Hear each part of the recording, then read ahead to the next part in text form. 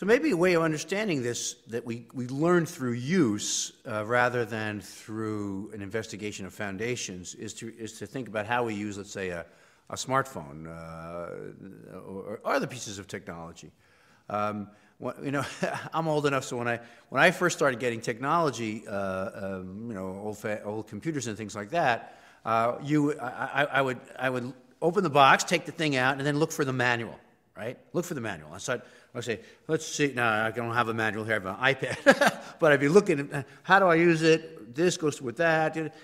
And one of the things that designers learned, and Apple is usually given much credit for this, is that folks don't want to do that. They don't want to read the instruction manual. They just want to start playing with it. And by playing with it, you understand.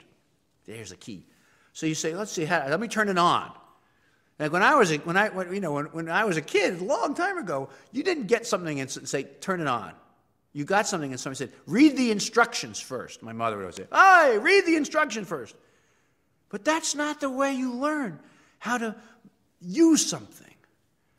Now, if somebody, and so I get my new phone, I turn it on, I start using it, I say to my wife, honey, I'm using my smartphone. Now, if my wife says to me, no, you're not really using your smartphone. Have you read the instruction manual? I say, no, I haven't read the instruction manual. I can just keep using it. I learn about it all the time. The more I use it, the more I learn. She says, but you're never going to really learn it unless you study the instruction manual. I'm giving you a test tomorrow. I'd say, no, I don't need a test, right? I need to use it. I need to use it. That's Wittgenstein's view of, of calculation, as you learn by using it. And we learn language by using words, not by studying the use of words.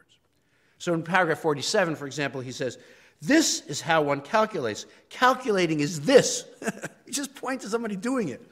What we learn at school, for example, forget this transcendent certainty. It's a great sentence for us. Forget this transcendent certainty. Start playing with the stuff.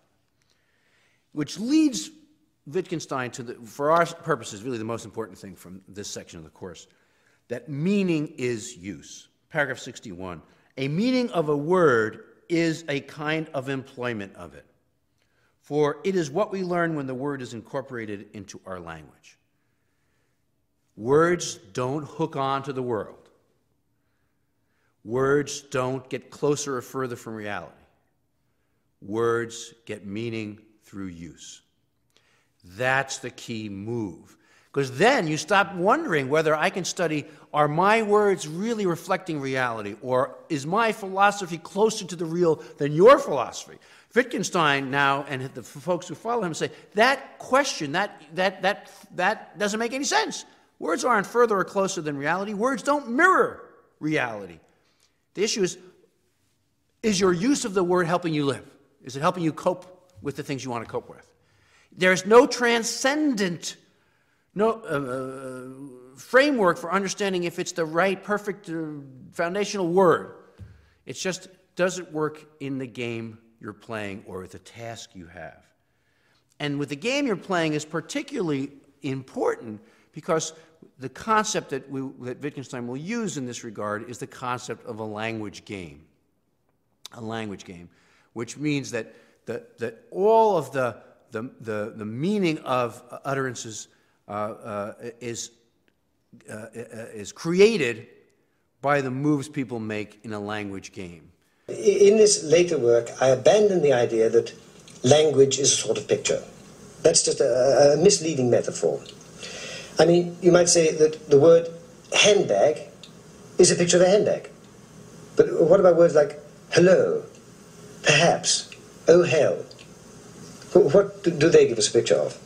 So, how would you now define the relationship between language and the world? Oh, in lots of different ways. My mistake had been to think that there was only one way of talking at stake here. I came to see that there are lots of different things we do with language, different language games, as I call them. And the meaning of the word is just the way it's used in a particular language game. And so there is a language game of philosophy in which words have meaning. There's a language, ordinary languages where words get meaning in everyday use. And it makes no sense to ask whether that game is real or whether that game is closer to reality. So if some of you play soccer, if somebody comes along and says, oh, I want to learn to play soccer, you don't give that person a book about soccer. You don't give them the instruction manual, even a rule book. You kick the ball to them. And if they pick it up with their hands, you tell them, no, we don't do that. And if they say, why? Because hands are bad, or because God doesn't want us to use our hands, you say, no, we just don't do that. That's not how we play this game. Right? If you're playing basketball and somebody grabs the ball and starts running without dribbling, it's not that they didn't read the rule book, it's just they haven't played the game enough. And then you correct them, and then they dribble the ball, right? And you learn the rules, you learn the meaning of the steps by playing. And there is no ultimate reality behind that. There's no transcendent framework underneath it or above it. It's just that the game gives meaning to the moves in the game or to the players playing the game. So then Wittgenstein's response to the skeptic is not that words actually have a foundation in the world, but within the game we're playing, it makes sense. If the skeptic comes to a basketball game and says, why do you guys throw the ball in the hoop? The hoop isn't real. You just don't listen to it's not a question of whether it's real. It's part of the game. And so you can only express doubt about the game within the game. You can only express questions about what you're doing once you've already started playing in that situation. So Wittgenstein says, this is on paragraphs 115 and again on 144, that in order to have doubt, you also have to have some belief. So if you want to ask the question, is it good to stand right next to the basket for a really long period of time? Should we have a rule against that? Well, then you have to actually be part of the rest of the game. You have to trust somewhere, Wittgenstein says. So in paragraph 144, what stands fast does so, Wittgenstein writes, not because it is intrinsically obvious or convincing. What stands fast for the child is held there by what lies around it. That is, we have other commitments, and that's how we have confidence in what we're doing, by the other commitments we have to other things we're doing.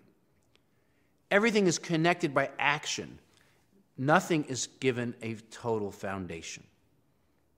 That's the point of this emphasis on use and emphasis on language games. Try 150, paragraph 150. Is there a why? Must I not begin to trust somewhere?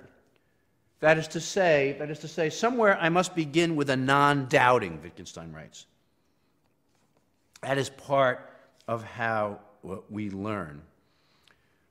On paragraph 166, the difficulty, Wittgenstein writes, the difficulty is to realize the groundlessness of our believing. That's a key for us, the groundlessness of our believing. In other words, when we're engaged in a use of language, we are engaged in it because of its ongoing practice, not because it has a foundation. We believe in the practice, not because it is closer to reality, because God gave it to us. We believe in it because of the game we're in. And any evaluation of that game, of that situation, is in another situation.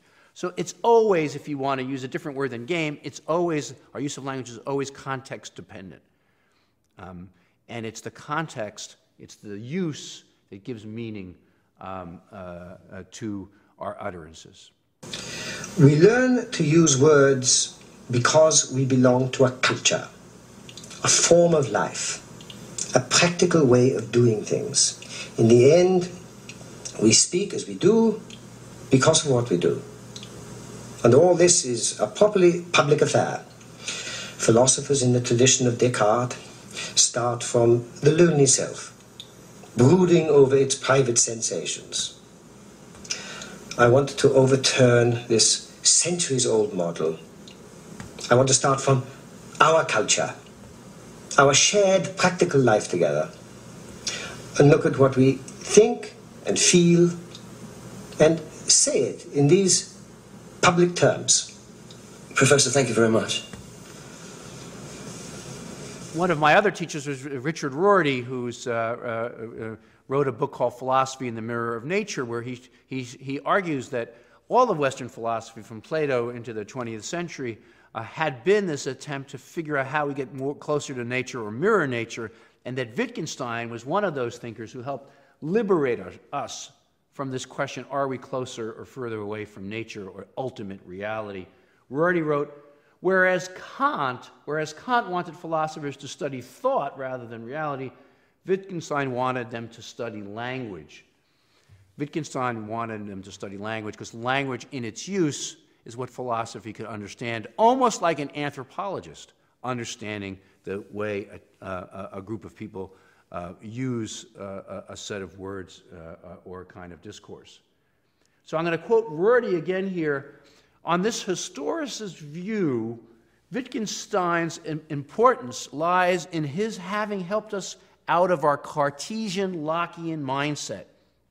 Wittgenstein helped us overcome the question, or the temptation to ask the question, which pieces of our language lock onto reality and which do not?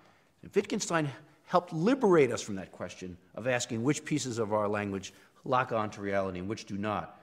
On this pragmatic view of his achievement, he did not show metaphysics to be nonsense, he showed it to be a waste of time. This is a waste of time. That is, it's just not interesting to spend your time worrying about whether language hooks onto reality. It's more interesting and productive to study what we do with language. Because here it is, what we do with language is what makes meaning.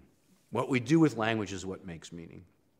There's no foundation for it, there's no telos for it, but we can engage in those practices with enthusiasm, with rigor, with passion, with thoughtfulness, because the practices help us cope with reality, cope with our opportunities, our problems. And if they don't, we don't have to actually play those games anymore. We can leave them behind. We'll pick up on these themes next time when we move on into the postmodern period. See you then.